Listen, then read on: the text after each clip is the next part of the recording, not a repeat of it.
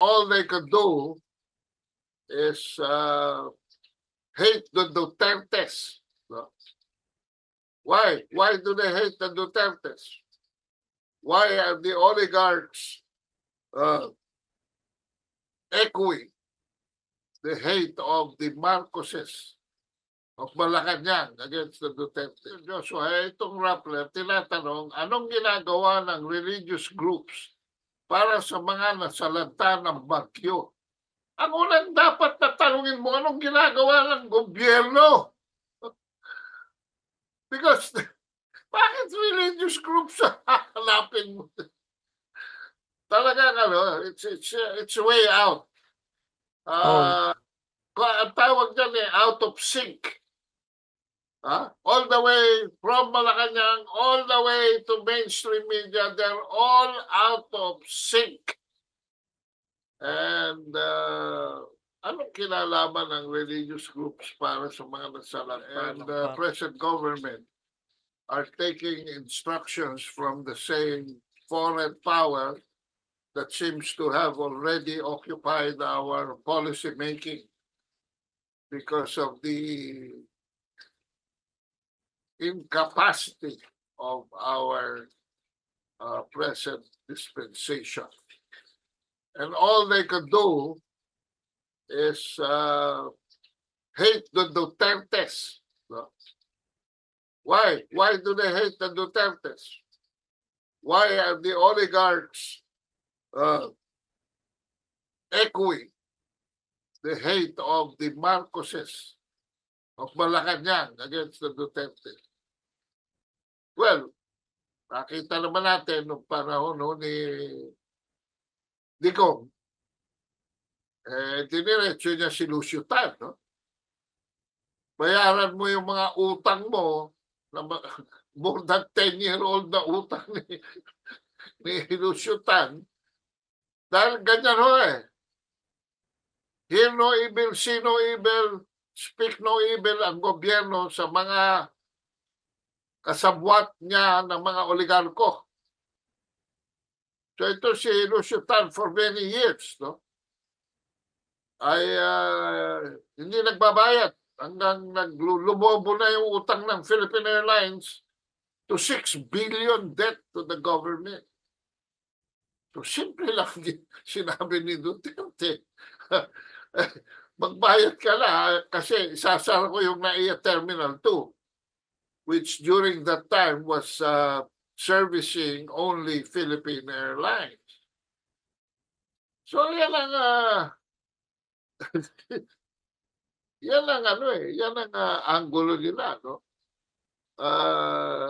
In our past broadcast, Joshua, na nasabi ko na maniniwala ba kayo mga kabansana yung MRT 7 from EDSA, North EDSA,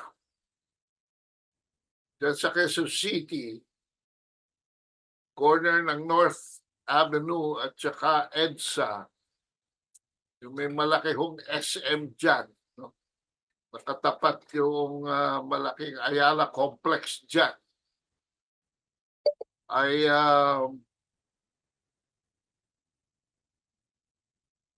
na-award po yan 2008. 2008! 16 years ago! Hanggang ngayon, hindi pa tapos. May mga bago na ho yan, ha? May mga coaches na ho yan. Nandun no, nakapark. Makikita nyo doon sa parte na malapit sa Iglesia ni Cristo. Sa Commonwealth Avenue, sa itaas ng nandun na ho yung mga bagon.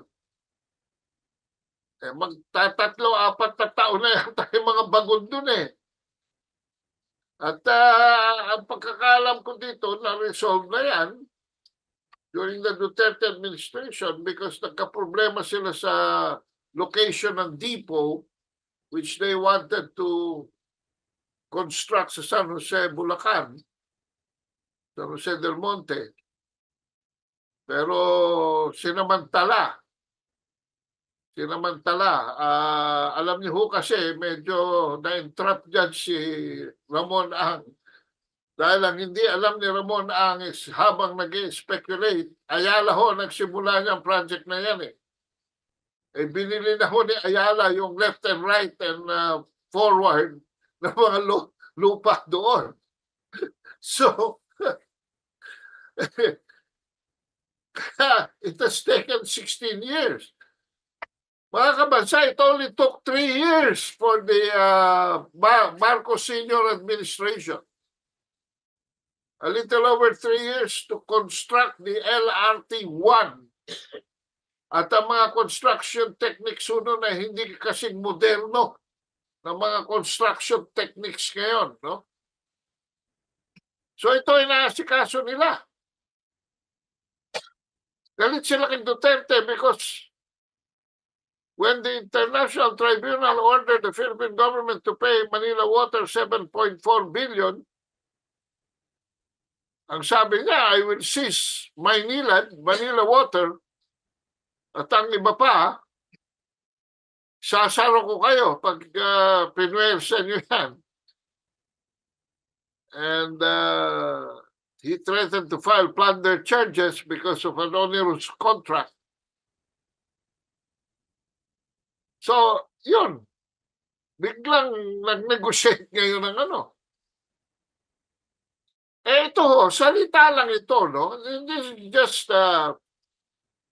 negotiation.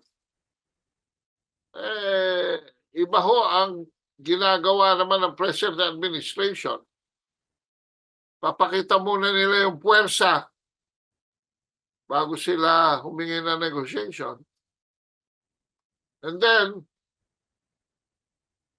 eventually, Duterte approved terms where government has more say in water rates. And it ended with a new water deal with Maynilad, scrapping the onerous terms. Now, itong pattern na ito, Joshua, we are waiting na mag-spill over dito sa IPIRA. Pero naubos yung 6 years ni ni Duterte precisely because ang effective administration lang ho ni Duterte is 2 months and 2 years and 1 month.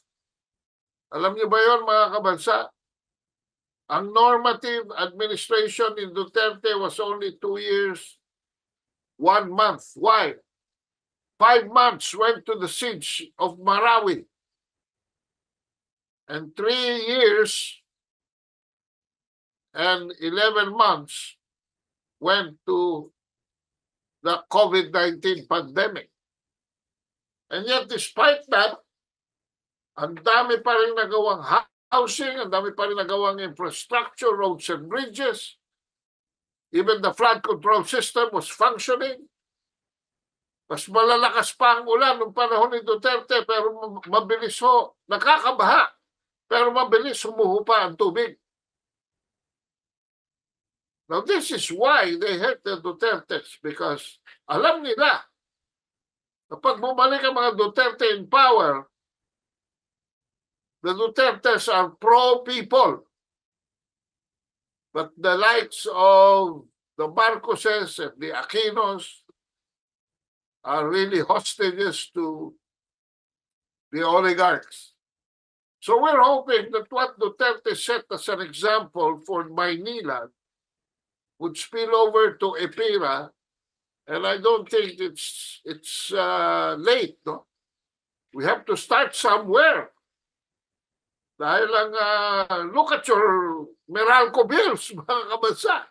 Look at your energy rate. Can you still take that sitting down? You better sit down before. I don't think you can take that standing up.